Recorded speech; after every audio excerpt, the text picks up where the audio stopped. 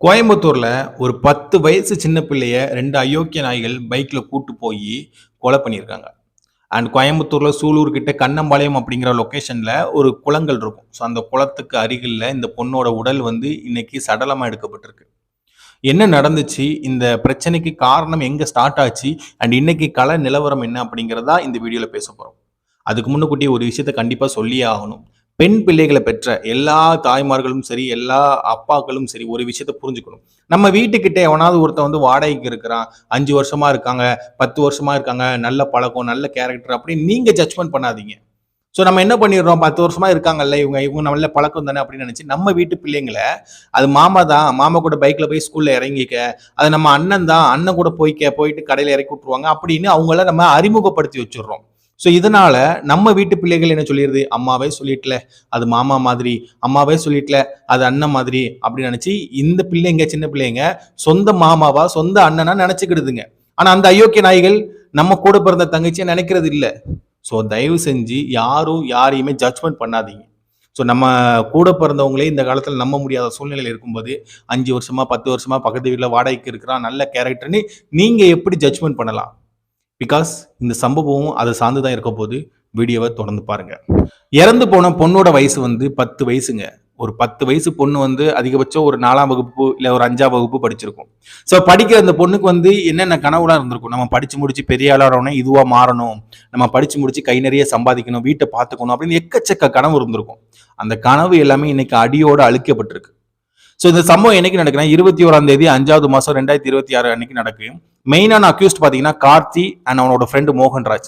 கார்த்தியோட சொந்த ஊர் நாகப்பட்டினம், மோகன்ராஜோட சொந்த ஊர் வந்து தஞ்சாவூர். இந்த கார்த்தி அப்படிங்கிறவன் வந்து இறந்து போன அந்த பொண்ணோட வீட்டுக்கு பக்கத்துல தான் இருக்கான். கிட்டத்தட்ட 15 வருஷமா இறந்து போன அந்த பொண்ணோட வீட்டுக்கு பக்கத்துல தான் வாழ்ந்து வரான். ஸோ பக்கத்து வீடுனால கண்டிப்பா மாமா மாதிரி அண்ணன் மாதிரி அவங்க வீட்டாளுக்கு மேபி இன்ட்ரோ கொடுத்துருக்கலாம்.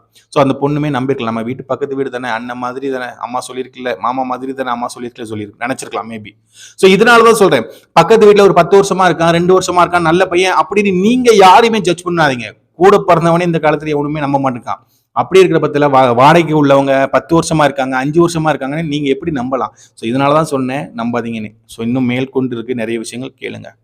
ஸோ 21ஆம் தேதி சாயங்காலம் போல பக்கத்தில் விளையாண்டுட்டு இருக்கிற பொண்ணை வந்து காணும். உடனே அந்த பொண்ணோட அம்மா அப்பா வந்து போய் கம்ப்ளைண்ட் பண்றாங்க. கோயம்புத்தூர்ல சூலூர் போலீஸ் ஸ்டேஷன் கிட்ட தான் இந்த பள்ளப்பாளையம் கண்ணப்பாளையம்லாம் அடங்கும். ஸோ சூலூர் ஸ்டேஷன்ல போய் கம்ப்ளைண்ட் கொடுக்குறாங்க, இந்த மாதிரி என் பொண்ணை வந்து காணும் அப்படின்னு. ஸோ அவங்களும் கேஸ் எடுக்கிறாங்க.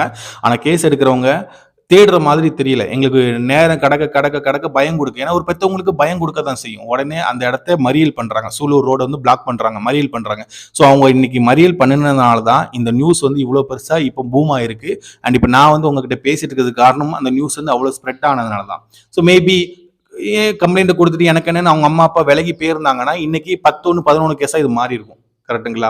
பட் அந்த ஒரு மறியல் போராட்டம் பண்ணதுனால இன்னைக்கு இவ்வளவு பெரிய விஷயமா மாறி இருக்கு. ஸோ கம்ப்ளைண்ட் கொடுத்த உடனே இந்த மாதிரி மறியல் போராட்டம் எல்லாம் பண்ண உடனே போலீஸ்காரங்க வேகமா தேட ஆரம்பிக்காங்க குயிக்கா.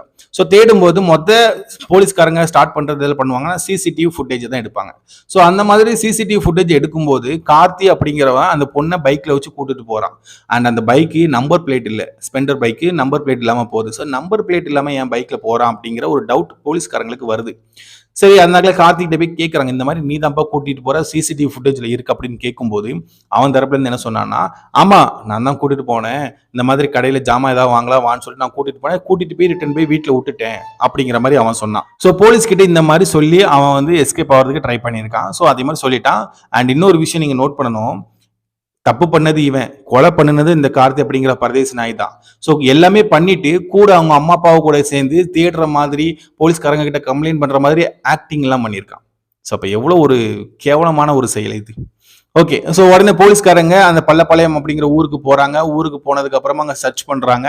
ஸோ என்னாச்சு எப்படி அப்படின்னு கேட்கும்போது அக்கம் பக்கம் உள்ள கடைகளில் கேட்கும்போது இந்த மாதிரி கார்த்தி கூட தான் கடைசி அந்த பொண்ணு வந்து போச்சு, கார்த்தி தான் கூட்டு போனா, அதை தான் நாங்கள் கடைசியா பார்த்தோம் அப்படிங்கிற மாதிரி சொன்னாங்க. உடனே போலீஸ்காரங்க கார்த்தியை கூட்டு போய் கார்த்தி கிட்ட எப்படி விசாரிக்கணும், கார்த்தி மாமா கிட்ட எப்படி விசாரிக்கணும் அந்த மாதிரி விசாரிச்சதுல கார்த்தி வந்து உண்மையை சொல்றான். ஆமா நான் தான் கூட்டு போனேன், என் கூட என்னோட ஃப்ரெண்டு மோகன்ராஜ் அப்படிங்கிற 2 பேர் தான் கூட்டு போனோம்.